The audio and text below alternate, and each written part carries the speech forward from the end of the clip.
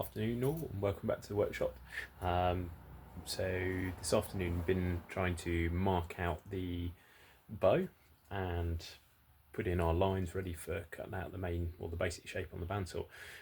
First thing I've noticed is this. So I put a string line on, and this is to try and give us a reference point.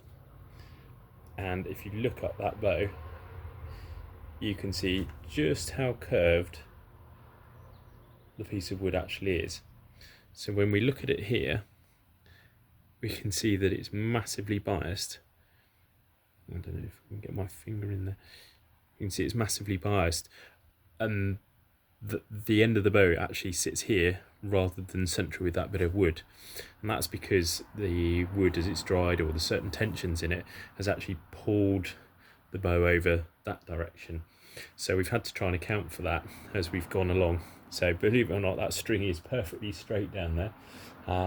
So the next thing will be to do is to mark out the little marks on here.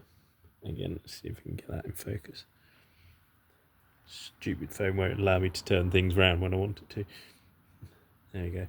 So we've got little marks here that tell us firstly the length of the bow and then the width that it should be at those points. So here we've got it should be about 6/8, working up to 8/8, and then slowly on to 9/8 at the sort of towards the centre of the bow and the handle. Now the upper limb is actually going to be slightly longer.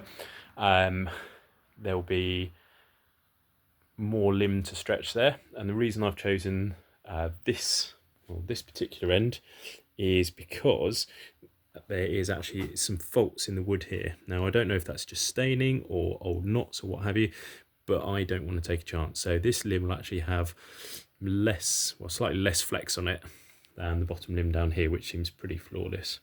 All right. So the next bit will be to put in the marks, join the dots, and then we'll cut it out in the bandsaw.